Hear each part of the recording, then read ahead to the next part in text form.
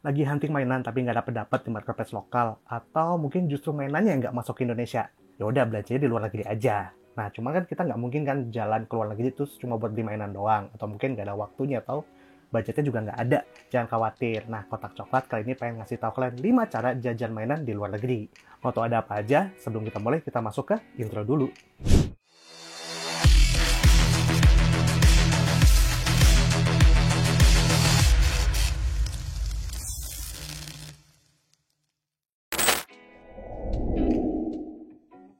Cara pertama yaitu belanja langsung ke websitenya. Nah, kan semenjak era digital kan aksesnya jadi makin mudah tuh. Ya, internet gak bisa lepas sih dari kita. Mau cari info, mau belajar, mau ngapa-ngapain, termasuk pun belanja gitu.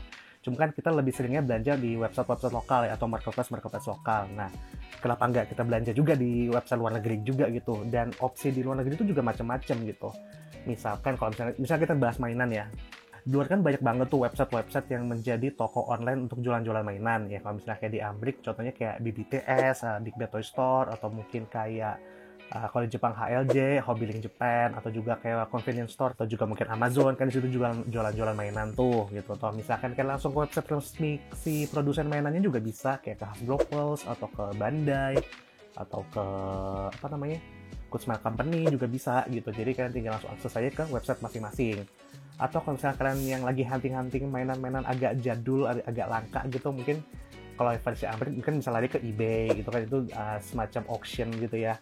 Atau juga kalau misalnya kalian suka yang mainan-mainan Jepang, bisa lari ke IAJ atau Yahoo Auction Japan. Tapi sebelum kalian belanja ke website-website luar, pastikan kalian udah punya CC atau credit card atau debit card yang udah Visa atau Mastercard.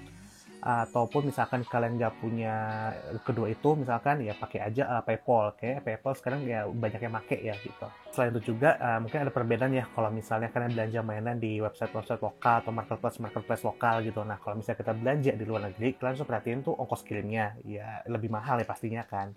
Terus juga yang pasti yang perlu gua buat lain ya, biaya-biaya masuk, cukai segala macam. Jadi barang kalian tuh sebelum nyampe ke rumah kalian nanti bakal diperiksa dulu tuh di biaya masuk, cukai segala macam. Nanti tuh ada biayanya segala macam, tuh harus kalian perhatiin juga. Jadi untuk budget jajan mainan kalian juga nggak cuma harga mainannya doang tuh ya, ongkos kirimnya iya, terus biaya masuknya juga iya. Terus kalian misalnya kan dari biasanya biaya masuk pasti cukai itu ditanya ada kayak dokumen-dokumen segala macam untuk mengkonfirmasi kalau kalian tuh yang pesan mainan. Nah, itu harus kalian perhatikan juga gitu.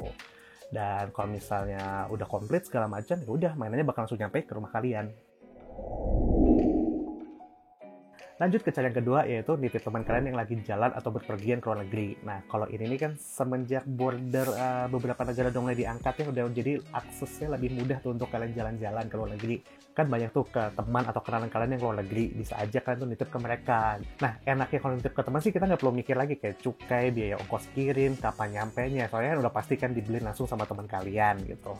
Cuman gak enaknya sih mungkin kalau misalnya teman yang kalian titipin tuh nggak ngerti sama sekali sama mainan ya, kayak nggak tahu jenisnya apa, nggak tahu brandnya apa, belinya di mana juga nggak tahu, atau misalkan lininya apa. Nah, itu kalian mesti harus sering komunikasi sih kayaknya. Kalau misalnya kan kalian nitip ke teman, terus temannya nanya ya udah jawabin aja sih. Maksudnya ya dia juga nggak ngerti kan apa yang kalian cari gitu, ya udah mesti kalian jelaskan juga apa yang kalian inginkan, mainan apa yang kalian cari gitu. Dan juga kamu juga harus paham nih ya, teman kalian kan kesana juga pasti ada kegiatan dong. Kalau misalnya untuk mereka ada ikut tour juga kan dia harus ngikutin jadwalnya, atau misalkan mereka untuk kerja ada pekerjaan harus mereka lakukan. Jadi misalnya kan teman kalian nggak dapet tuh mainan yang kamu incer misalkan, ya udah ya mau nggak mau kan. Jadi ya mesti sabar sih. Jadi harus berlapang dada.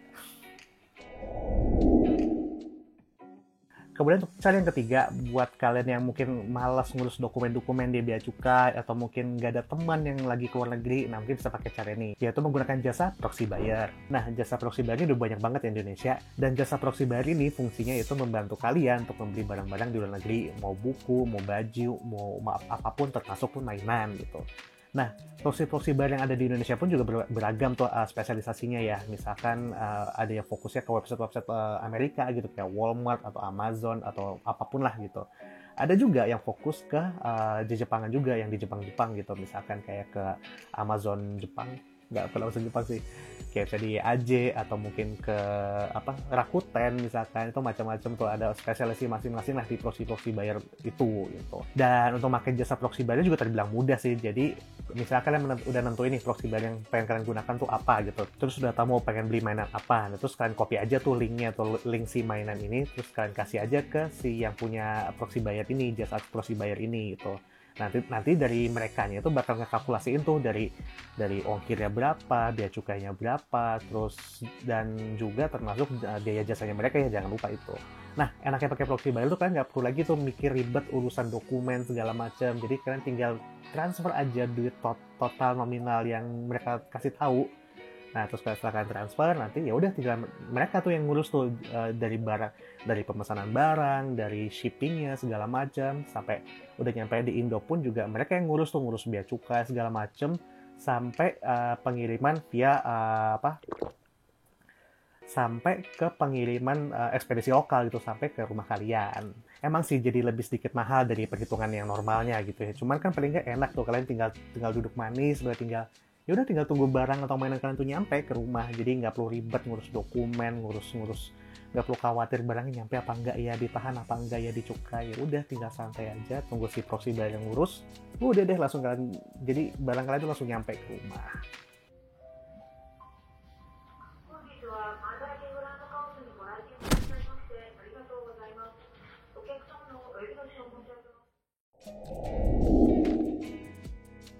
Lanjut ke cara yang keempat. Nah, kalau ini nih khusus buat mainan-mainan yang baru mau rilis nih, yaitu ikutan pre-order. Nah, untuk cara ini nih mungkin khusus buat barang-barang atau mainan-mainan yang baru mau rilis nih. Mungkin jelang 6 bulan, 3 bulan mau rilis, tuh biasanya tuh banyak tuh seller-seller lokal ngebuka pre-order untuk si barang yang spesifik ini gitu. Biasanya sekalian mereka nyetok, ya udah buka pre-order aja kan, siapa tahu ada yang berminat atau yang pengen cepet-cepet dapet gitu. Nah, dengan banyaknya seller-seller lokal ini, biasanya kalian harus nentuin juga tuh seller lokal mana yang bakal kalian pilih, tergantung dari lini atau serial mainan apa yang lagi kalian cari. Kan ada tuh seller-seller yang fokusnya jualannya ke jualan SAF atau jualan Figma, barang-barang dari Jepang. Ada juga yang fokusnya jualan ke barang-barang dari Amerika, misalkan kayak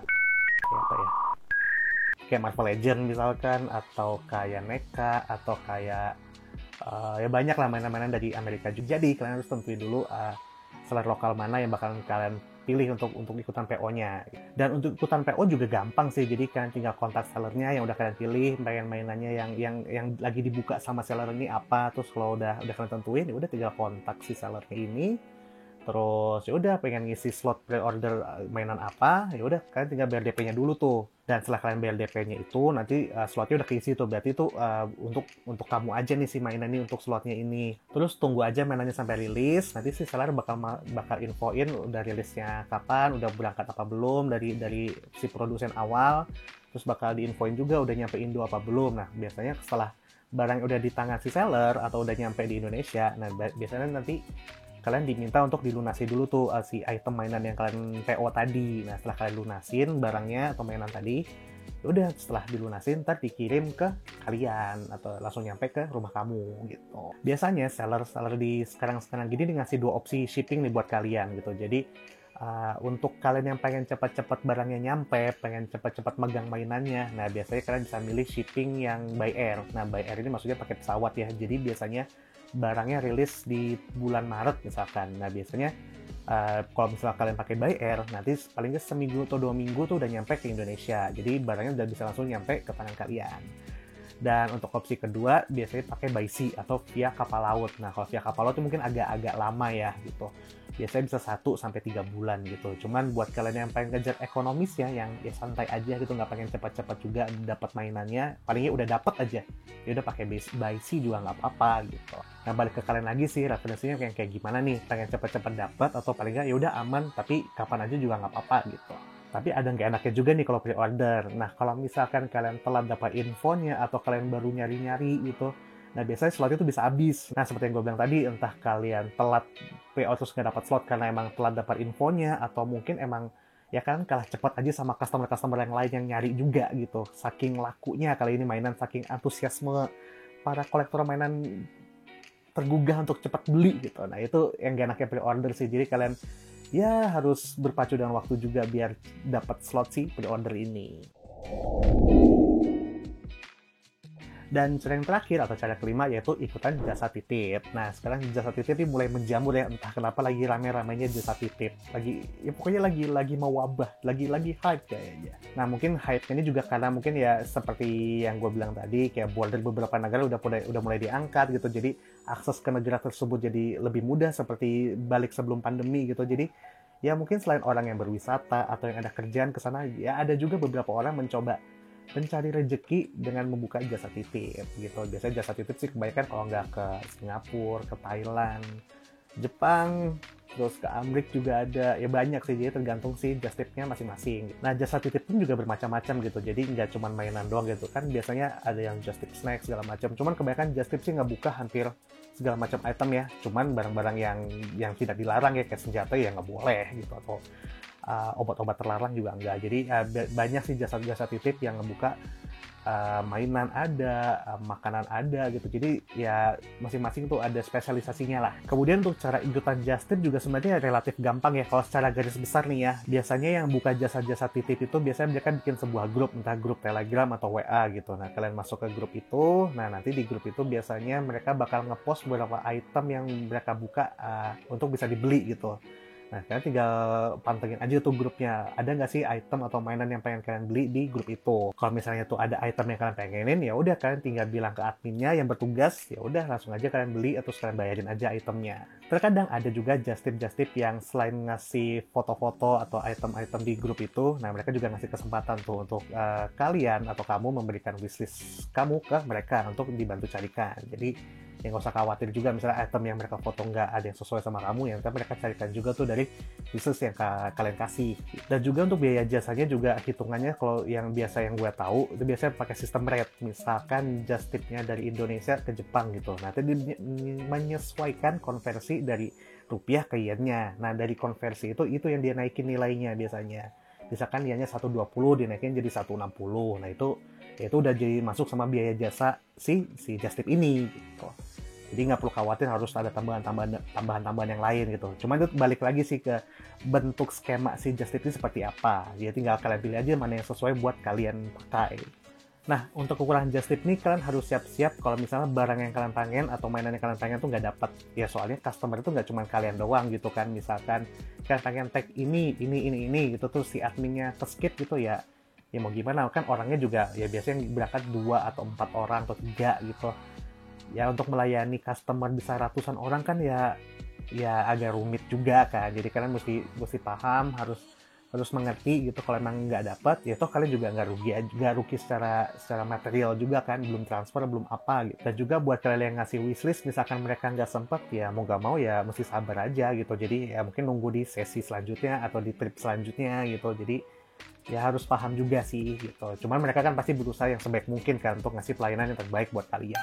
Itu dia tadi 5 cara jajan mainan di luar negeri versi kotak coklat. Mungkin kalau misalkan punya cara-cara lain yang tidak gue sebutin tadi dari 5 cara tadi, coba aja tulis di kolom komentar. Jadi kita bisa saling sharing juga kan. Jadi kita nambah ilmu untuk para kolektor-kolektor mainan di Indonesia. Sekian dulu video kali ini, semoga video kali ini bisa membantu kalian untuk semakin mengupgrade koleksi mainan kalian.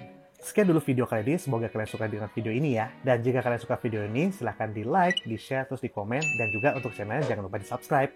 Selain itu, tonton juga video-video kami yang lainnya juga ya, nggak kalah menarik kok sama video yang kali ini. Sampai jumpa di video berikutnya, Lutfi Kusuma pamit, bye!